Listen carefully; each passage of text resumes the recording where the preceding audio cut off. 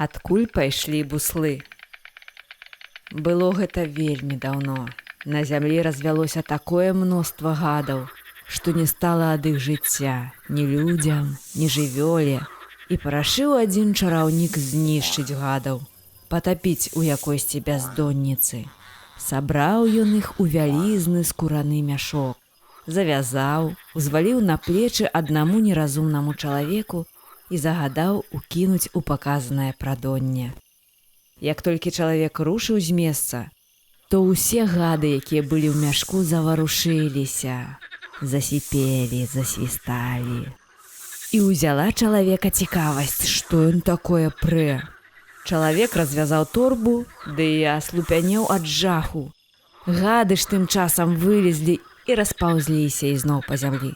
Разгневаны чараўнік не захацеў другі раз збіраць гэтую дрэнь і, накінуўшы на чалавека парожні мяшок, ператварыў яго ў бусла. І загадаў збіраць гадаў цікачоў усё яго жыццё аж да самай смерці. І ходзіць гэты ператвораны ў бусла чалавек з накінутым на плечы мяшком па лугах, палях, балотах, ды збірае гадаў.